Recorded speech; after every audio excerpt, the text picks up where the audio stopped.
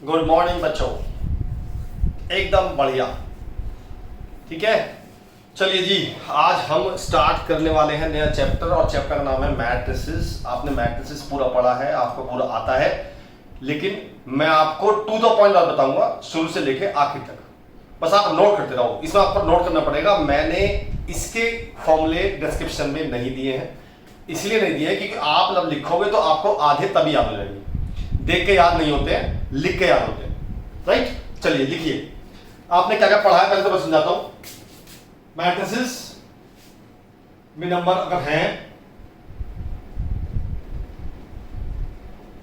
ये नंबर होते हैं, तो ये जो हॉरिजॉन्टल हैं ये होती है रो, और जो वर्टिकल हैं ये होते हैं कॉलम्स।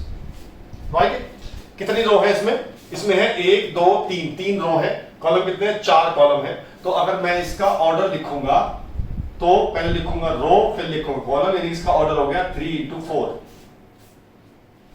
ठीक है, अच्छा अब मैं पूछूं आपसे कि इसमें कितने एलिमेंट्स, नंबर ऑफ एलिमेंट्स पता करने हो तो इनको मल्टीप्लाई कर दीजिए आप। 12 एलिमेंट्स हैं इसमें, है ना। ऐसे ही इससे एक अपोजिट क्वेश्चन रेज होता है कि अगर मेरे पास सपोज करो 18 एलिमेंट्स हो तो उससे मैं कितने ऑर्डर क्रिएट कर सकता हूं। ठीक है, तो जैसे मैंने बताया आपको ये ऑर्डर है और इसमें नंबर ऑफ एलिमेंट्स है 12, लेकिन अब मेरे पास नंबर ऑफ एलिमेंट्स है 18 और मुझे ऑर्डर क्रिएट करना है, यानी कि मुझे ऐसे दो नंबर निकालने जिनका मल्टीप्लाई करके 18 आ जाए। बहुत सारे होते हैं ऐसे नंबर, 6 3 3 6 2 9 9 2 18 1 1 18। तो ऐसे इतने सारे ऑर्डर बन सकते हैं अगर मेरे पास 18 एलिमेंट्स हो तो। ठीक है, अगर मैं पूछूं आपसे इस मैट्रिसेस में A11 कहते हैं इस एलिमेंट को, पहले रो का पहला एलिमेंट, इसलिए इसका नाम है A11। देखो 11 क्यों लिखा है? पहली रो का पहला एलिमेंट A11 हो गया, पहली रो का दूसरा एलिमेंट A12 हो गया, दूसरी रो का तीसरा एलिमेंट A23 हो गया, तीसरी रो का दूसरा एलिमेंट A32 हो गया। ऐसे इनका नाम रखते हैं आप। आपसे कोई भी एलिमेंट पूछ सकता है, मान लो पूछ लेगा आपसे find the value of A24 minus A14, तो A24 हो गया मेरा 8 और A14 हो गया मेरा 4, तो मेरा आ गया 8 माइनस 4 इज इक्वल टू 4। ये सब बेसिक चीजें हैं जो आपने पढ़ी है 12th क्लास में। ठीक है जी, अब आप नोट करिए, जो मैं मतलब बोलता जा रहा हूं आपसे वो नोट करते रहिए आप, क्योंकि ऑब्जेक्टिव क्वेश्चन में ऑब्जेक्टिव अप्रोच सीखनी है आपने, है ना। चलिए पहले देखिए, रो मैट्रिसेस जिसे बोलते हैं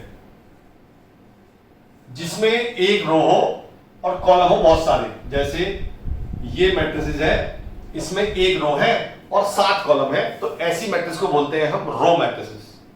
ठीक है, तीसरी दूसरी होती है कॉलम मैट्रिसेस, जिसमें एक कॉलम हो, रो बहुत सारी हो। जैसे ये लिया मैंने, इसमें मेरे पास रो है 7 और कॉलम है 1, इसे बोलते हैं कॉलम मैट्रिसेस। ठीक है जी, अच्छा जी आगे चलते हैं। स्क्वायर मैट्रिसेस, जिसमें number of rose and number of column should be equal, इसे बोलते हैं स्क्वायर मैट्रिसेस। देखिए इसमें 3 रो है और 3 कॉलम है, इसलिए ये है स्क्वायर मैट्रिसेस। ये सब नोट कर रही आप, ये सब नोट करते हैं, ये आपको सब याद करते हैं क्योंकि क्वेश्चन टू द पॉइंट आएगा इस पे। चलिए जी, अगर कोई मैट्रिसेस स्क्वायर मैट्रिसेस नहीं है, अब मैं बोलूं आपसे इसमें नंबर ऑफ रोज है m, नंबर ऑफ रोज है n, तो इसका ऑर्डर हो गया m into n, और अगर स्क्वायर है तो m इक्वल टू n होता है। मैं ऐसा कह रहा हूं आपसे, लेकिन अगर m इक्वल टू n नहीं है तो उसे बोलते हैं रेक्टेंगुलर मैट्रिसेस। जैसे अगर कोई ऑर्डर है 2/3, एक है 2/4, एक है 4/3, ये सब रेक्टेंगुलर मैट्रिसेस हैं। ठीक है, जिसमें number of row number of column equal नहीं है। चलिए जी स्क्वायर में चलते हैं। स्क्वायर में इसे बोलते हैं डायगोनल, ये है डायगोनल। ठीक, तो अगर मैं डायगोनल में एलिमेंट है जो, वो तो रखूं एज इट इज, बाकी सबको कर दूं 0, इसे बोलते हैं हम डायगोनल मैट्रिसेस। ठीक है, और इसका एक शॉर्टकट लिखने का होता है, इसे बोलते हैं DIAG और 159। तो इसका मतलब और इसका मतलब बिल्कुल सेम है, ये दिखने का तरीका है, शॉर्टकट है। ठीक है, तो अच्छा दूसरी बात और, this is only the diagonal, this is not the diagonal, ये वाला डायगोनल नहीं होता, only this is the diagonal, ध्यान रखिएगा, ये वाला डायगोनल नहीं होता है। ठीक है, तो ये हो गई डायगोनल मैट्रिसेस। अब डायगोनल नोट करते हैं ना, डायगोनल क्या होती है ऐसे नोट करना। चलिए जी, अब डायगोनल के अंदर चलते हैं। अगर मैं ये तीनों एलिमेंट सेव कर दूं, ये तीनों एलिमेंट सेव कर दिए मैंने, तीनों सेम है, तो इसे बोलते हैं स्केलर मैट्रिसेस। तीनों सेम है अगर, इसे बोलते हैं स्केलर मैट्रिसेस। और चलते हैं अंदर, अगर ये तीनों एलिमेंट 1 हो जाए तो इसे बोलते हैं हम आइडेंटिटी मैट्रिसेस, ये पढ़ा है आपने, और इसे हम आई से डिनोट करते हैं, I2 या I3। I2 का मतलब है 2/2, वो होगी हमारी 1 0 0 1, और I3 होगा 3/3, ये वाला। ठीक है, ऑलराइट, चलिए जी, ये हो गई आइडेंटिटी मैट्रिसेस। अब होती है एक सिंगलटन मैट्रिसेस।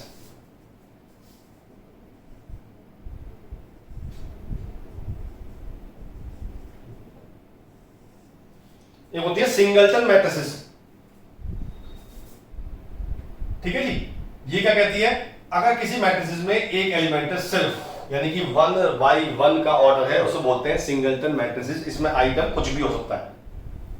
ऑलराइट, ठीक है, चलिए जाके चलते हैं। Now what is triangular matrices? Triangular matrices में क्या होता है,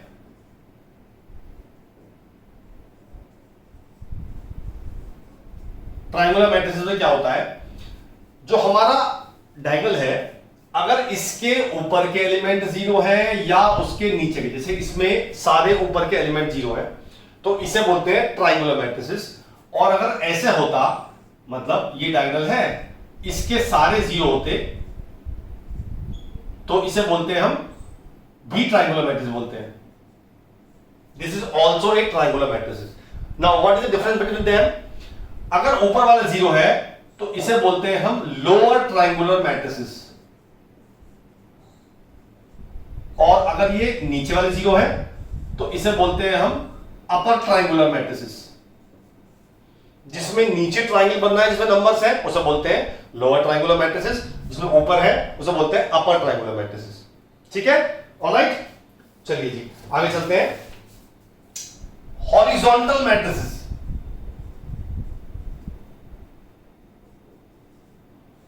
जिसमें नंबर ऑफ कॉलम्स ज्यादा हो नंबर ऑफ रो से, यानी कि नंबर ऑफ कॉलम ज्यादा है नंबर ऑफ रो से, इसे बोलते हैं हम हॉरिजॉन्टल मैट्रिसेस।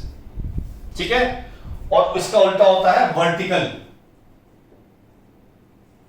इसमें उल्टा होता है, इसमें नंबर ऑफ रोज ज्यादा होती है नंबर ऑफ कॉलम से, इसे बोलते हैं हम वर्टिकल मैट्रिसेस।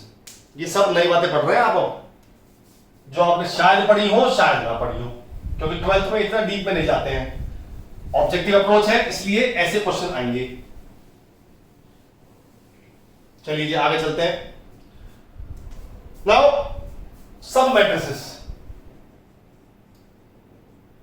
तो मेरे पास कोई अगर 3/3 की मैट्रिसेस है, मैंने उसका पार्ट ले लिया एक, मैंने ये उठा ली, तो इसे बोलते हैं सब मैट्रिसेस। दिस इज कॉल्ड सब matrices. It means it is a part of the matrices, किसी बड़ी मैट्रिक्स का छोटा पार्ट। ठीक है जी। नल मैट्रिसेस या जीरो मैट्रिसेस, जिसमें सारे एलिमेंट 0 हो, इसे जीरो मैट्रिक्स बोलते हैं, और इसे O से डिनोट भी करते हैं। ये है नल मैट्रिसेस यानी कि जीरो मैट्रिसेस। आगे चलते हैं, ट्रेस ऑफ मैट्रिसेस। ट्रेस, इसे हम TR से डिनोट करते हैं। मान लो मेरे पास मैट्रिसेस है A और मुझे ट्रेस ऑफ A निकालना है, तो आपने उसके डायगोनल एलिमेंट को सम कर देना है, तो उससे मेरा ट्रेस आ जाएगा। यानी कि अगर इसका ट्रेस निकालूं तो 1 + 5 + 9 दिस इक्वल टू 15, ये मेरा ट्रेस ऑफ A आ गया। ठीक है, तो ट्रेस हम बहुत आराम से निकाल सकते हैं। ऑलराइट, चलिए आगे चलते हैं। अब सोचो, ये जो एलिमेंट है या ये लेते हैं, ये है A21, A12 सॉरी, पहली रो का दूसरा एलिमेंट, ठीक है। और ये वाला एलिमेंट क्या है, ये है A21। तो ये दोनों एलिमेंट्स आपस में कॉन्जुगेट एलिमेंट्स हैं, यानी कि Aij और Aji, these are conjugate elements of the matrices, ठीक है। ये सब नोट करते हैं ना आप, अभी क्वेश्चन नहीं कर रहे हम, अभी केवल आपको बता रहा हूं क्या क्या मैट्रिसेस क्या क्या होती है। चलिए जी आगे चलते हैं।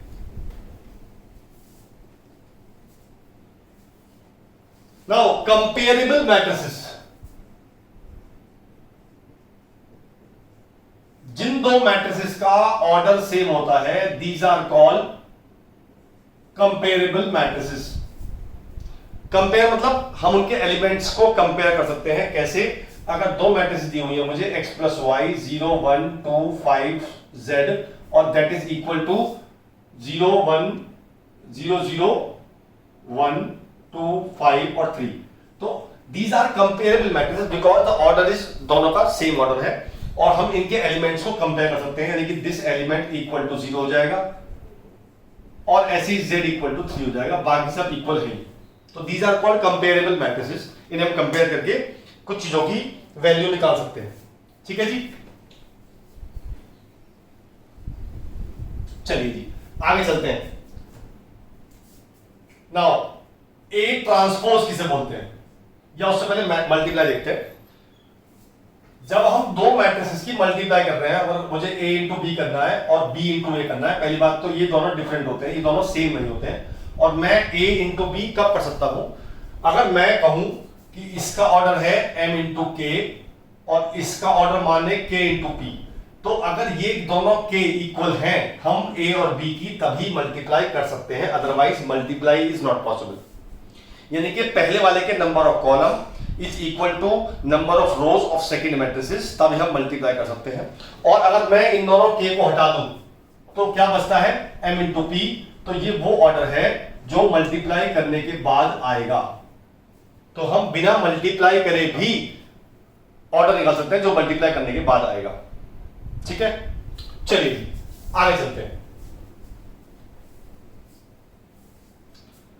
ट्रांसपोज क्या होता है, मान लीजिए ये मैट्रिसेस और मुझे निकालना है ट्रांसपोज, तो मैंने क्या करना है, जो मेरे पास रोज है उनको मुझे कॉलम में कन्वर्ट कर देना है, इसे बोलते हैं ट्रांसपोज ऑफ द मैट्रिसेस। इसको दो तरह से डिनोट करते हैं, या तो a डैश या at, दोनों एक ही बात है, ठीक है, ऑलराइट। अगर a ट्रांसपोज a के इक्वल होता है तो a को बोलते हैं हम सिमेट्रिक मैट्रिसेस, और a ट्रांसपोज होता है माइनस a, तो a को बोलते हैं हम स्क्यू सिमेट्रिक मैट्रिसेस, ठीक है। और बातें देते हैं, अगर मैं प्लस करता हूं या माइनस करता हूं उसके बाद ट्रांसपोज करूं या ट्रांसपोज करने के बाद प्लस माइनस करूं, तो value will be the same. Plus minus में ट्रांसपोज करने से पहले या बाद में कोई फर्क नहीं पड़ता है। लेकिन अगर मल्टीप्लाई में करता हूं मैं a ट्रांसपोज a b का whole transpose, it becomes b transpose a transpose, यानी b पहले आएगा a बाद में आएगा। That is very rememberable thing, आपको याद रखनी चाहिए ये बात, कि जैसे मैं कहूं a b c, अगर मैं a b c का कर रहा हूं तो ये हो जाएगा c b a, ठीक है, c transpose b transpose a transpose. आगे चलते हैं। अगर मैंने किसी नंबर की मल्टीप्लाई की और ट्रांसपोज में की, और पहले मल्टीप्लाई की बाद में ट्रांसपोज किया, value will be the same. और चलते हैं आगे।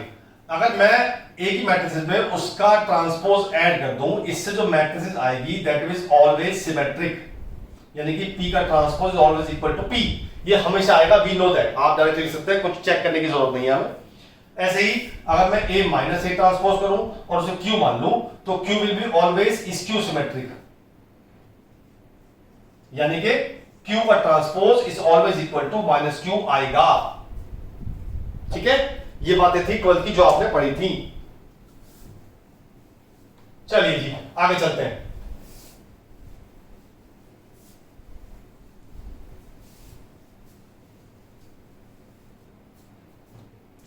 अगर मैं a ट्रांसपोज को a से मल्टीप्लाई करूं और वो i आ जाए, तब a को बोलते हैं हम orthogonal matrices. a transpose into a is equal to i, या ए इंटू ए ट्रांसपोज एक ही बात होती है। अगर दोनों आई आते हैं it means it is called orthogonal matrices. ठीक है, अच्छा जी, अगर कभी आपने ए का स्क्वायर किया और वो ए आ गया, उसे क्या बोलते हैं पता है आपको? उसे बोलते हैं एडमपोटेंट मैट्रिसेस।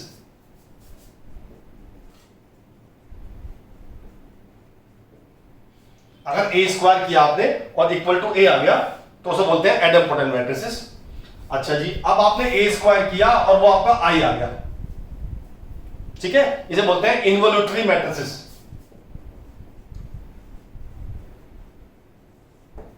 ठीक है जी, ऑलराइट, आगे चलते हैं।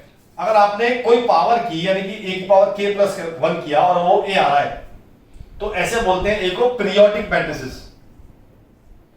और जो के होता है, के is the period of the matrices. जैसे आपने सपोज आपने ए स्क्वायर निकाला, ए क्यूब निकाला, ए 4 निकाला, ए 5 निकाला, ए 6 आ गया आपका, वापस ए आ गया, कभी ऐसा हो गया तो that is called periodic matrices. और A6 अगर ए आया है तो 5 जो होगा वो उसका पीरियड होगा, क्योंकि यहाँ पे k प्लस 1 लिखा है तो 5 प्लस 1 लिखेंगे तब 6 आएगा।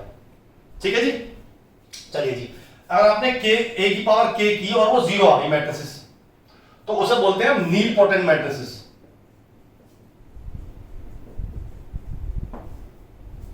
ठीक है, तो ये सारी चीज आपको याद करनी पड़ेंगी, orthogonal matrices, idempotent matrices, involutory matrices, periodic matrices and nilpotent matrices.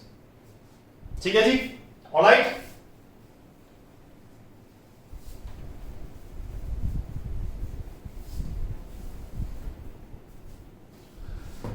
चलिए जी आगे चलते हैं।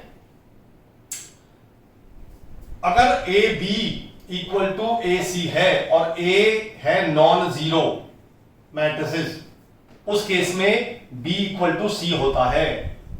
अगर ए बी इक्वल टू ए सी है और a is a non zero matrices, उस केस में b इक्वल टू सी होता है।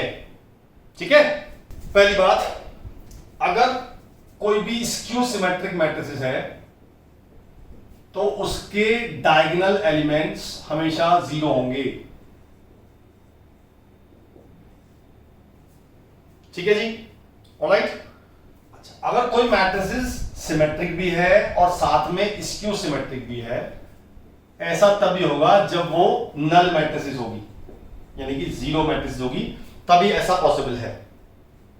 ठीक है जी, आगे चलते हैं। अगर कोई स्क्यू सिमेट्रिक मैट्रिसेस है, ध्यान सुनना, बढ़िया टॉपिक है, स्क्यू सिमेट्रिक मैट्रिसेस है, मान लो ए है, तो अगर मैं ए की कोई भी इवन पावर करता हूं तो वो मैट्रिसेस हमेशा आएगी आइडेंटिटी मैट्रिसेस।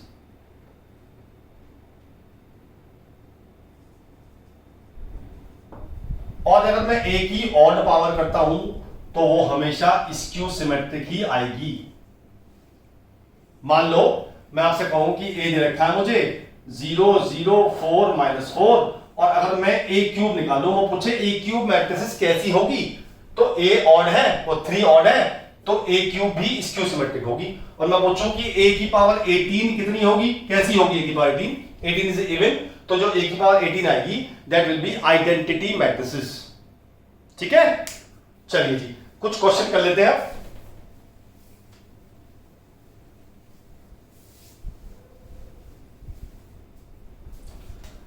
चलिए जी पहला क्वेश्चन लेते हैं हम। हमें ए गिवन है, ए है 1/π sine inverse pi x, tan inverse x/π, sine inverse x/π, cot inverse x/π, और मुझे इसमें से माइनस करनी है b, और वो है 1/π माइनस के cos inverse x/π, ten inverse x/π, sine inverse x/π, और माइनस के टेन इनवर्स x/π। ठीक है जी, अब मैं माइनस करता हूं। जब मैं माइनस करूंगा तो ये चीज दोनों में कॉमन है, तो ये तो आ गई बाहर। अब मैंने इसमें से ये माइनस किया तो दोनों प्लस हो जाएंगे, तो यहां हो जाएगा sign inverse x/π plus cos inverse x/π। ये दोनों सेम है तो ये कट जाएंगे, 0 आ जाएगा। ये और ये भी सेम है, ये भी कट जाएंगे, 0 आ जाएगा। और ये प्लस है ये माइनस है, तो माइनस माइनस प्लस हो जाएगी, तो ये हो जाएगा cot inverse x pi plus tan inverse x पाई।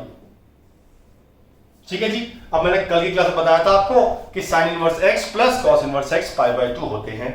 तो ठीक है, हम पाई बाई 2 रख देते हैं, तो ये हो जाएगा हमारा 1/पाई, ये हो जाएगा pi by 2, 0 0 pi by 2, pi common लेके इससे काट देते हैं, तो मेरा आ जाएगा 1/2 बाहर लेके 1001, तो मेरा ये आंसर आ गया। ठीक है, और आंसर आ गया I/2। ठीक है, चलिए जी आगे चलते हैं, अगला क्वेश्चन लेते हैं। क्वेश्चन है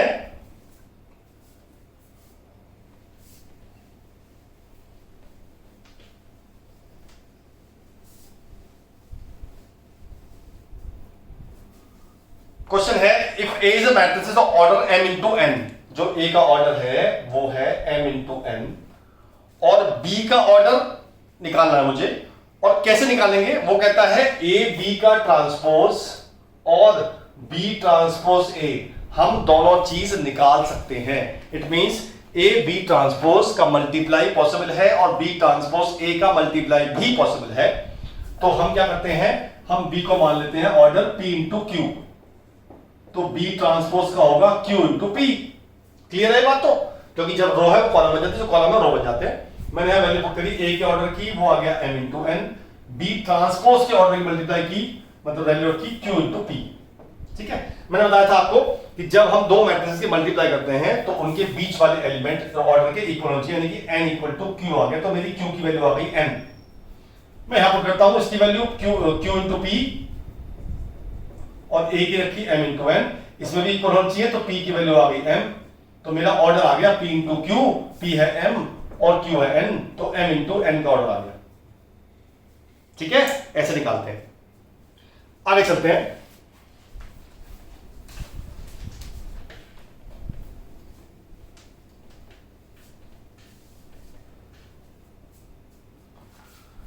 अगला है, मान लीजिए एक मैट्रिक्स है 3 9 1 2 4 5 x इज इक्वल टू 1 3 0 2 1 5। मुझे x मैट्रिसेस निकालनी है, तो मुझे ऐसे में x को लेट करना पड़ेगा। अब लेट करें तो मैं x का ऑर्डर क्या रखूं, समस्या मेरे पास ये आई कि what will be the order of x। निकाल लेते हैं। इसका ऑर्डर कितना है, 2 रो है 3 कॉलम है, इसमें भी 2 रो है 3 कॉलम है। अगर मैं इसका ऑर्डर मान लूं m इंटू n, तो ये तो क्लियर हो गया कि जो n की वैल्यू होगी वो तो 2 होगी। ठीक है, अच्छा मैंने आपसे कहा था जब दो मल्टीप्लाई करते हैं तो ये जो एलिमेंट बचते हैं ये वो है जो ऑर्डर आता है। तो ये तो 3 आ गया, it means m equal to 2, तो m इक्वल टू 2 हो गया, तो मेरा ऑर्डर हो गया x का 2/2। अब आसान हो गया, मैं इसको मान लूंगा a b c d, और अब इनको मल्टीप्लाई करूंगा और इक्वल टू इसके रखे कंपेयर करके ए बी सी डी की वैल्यू निकालूंगा। ठीक है, ये तो तब करना जब आपके पास एक मैट्रिसेस हो, एक मैट्रिसेस निकालनी हो। अब कभी कभी ऐसा होता है कि 2 मैट्रिसेस निकालनी है आपको। मान लो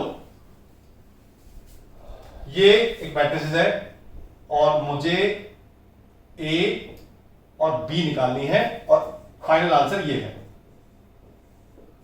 तो पहली बात तो ये कि मैं अगर ए को लेट करता हूं फिर बी को भी लेट करूंगा तो इतना लंबा क्वेश्चन हो जाएगा, क्वेश्चन आपसे होगा ही।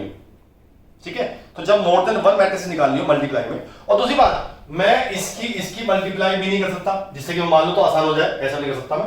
तो मुझे क्या करना पड़ेगा, ध्यान देना, ये ए शुरू में लिखा है तो मैं इस ए का इनवर्स निकालूंगा और उसकी मल्टीप्लाई कर दूंगा यहां।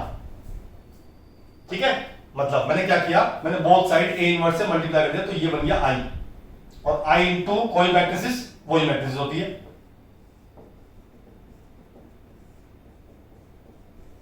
ऐसी मैंने इस बार पोस्ट मल्टीप्लाई बी इनवर्स से की, पोस्ट माने बाद में मल्टीप्लाई, मैंने यहां की पहले मल्टीप्लाई से बोलते हैं प्री मल्टीप्लाई, और बाद में करते हैं तो पोस्ट मल्टीप्लाई। और ये बात याद रखो कि अगर मैंने लेफ्ट हैंड साइड पे प्री मल्टीप्लाई किया है तो राइट हैंड साइड पे भी प्री मल्टीप्लाई ही करना पड़ेगा।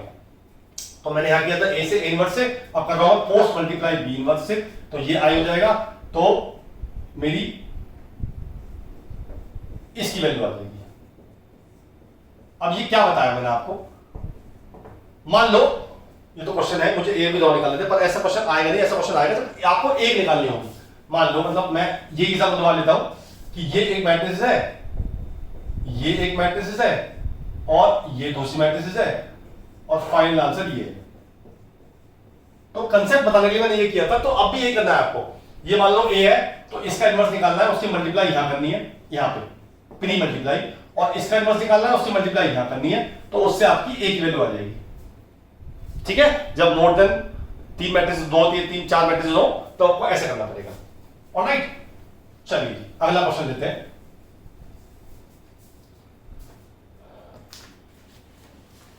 अगला क्वेश्चन है, लिखा है if A is skew symmetric matrices, if A is skew symmetric matrices, then A square is, चार ऑप्शन है, square matrices, diagonal matrices, symmetric matrices, skew symmetric matrices. ठीक है, तो मैंने क्या बताया था आपको, आइडेंटिटी मैट्रिक्स बनती है हमेशा, तो आइडेंटिटी मैट्रिक्स डायगोनल मैट्रिक्स भी होती है, तो ये हो गया डायगोनल मैट्रिसेस। ठीक है, सीधा आंसर आ गया, डायरेक्ट आपका आंसर। तो मैं आपको डिस्क्रिप्शन में असाइनमेंट भेज देता हूं, उसके आंसर भी भेज देता हूं, आप प्रैक्टिस करिए, कंसेप्ट यही लगेंगे, बाकी जो आपने सब कर रखा वो सब लगेगा, और कोशिश करिए आप, हो जाएगा। फिर कल मिलते हैं अगली वीडियो के साथ। ठीक है, शेयर कर दो, नॉलेज बढ़ेगी सबकी। CUCT नया कंसेप्ट है, तो काफी लोगों को पता नहीं है कैसे क्वेश्चन है, कैसे नहीं आएंगे, राइट। तो अच्छा होगा अगर शेयर कर देंगे, और अगर वीडियो पसंद आए तो लाइक भी कर दो यार। ठीक है, चलो कल मिलता हूं अगली वीडियो के साथ, बाय बाय।